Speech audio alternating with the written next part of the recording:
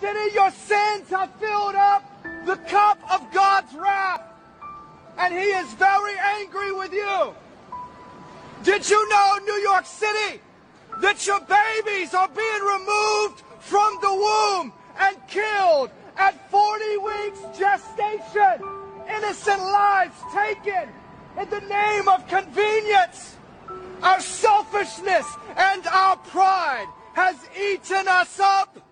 New York City, do you hear the voice of God today, pleading with you of every living thing? The breath of all mankind, the Word of God is going forth. Do you hear His voice, New York City? The hammer that breaks the rocks. Your hands have become defiled with innocent blood. Your fingers are covered in iniquity. Your mouth speaks lies, and your tongues utter and mutter all sorts of perversiveness. We are an ungodly nation. America, we must repent. New York City, now is the time. Humble yourself in the sight of God, and He will lift you up. Repent, New York City.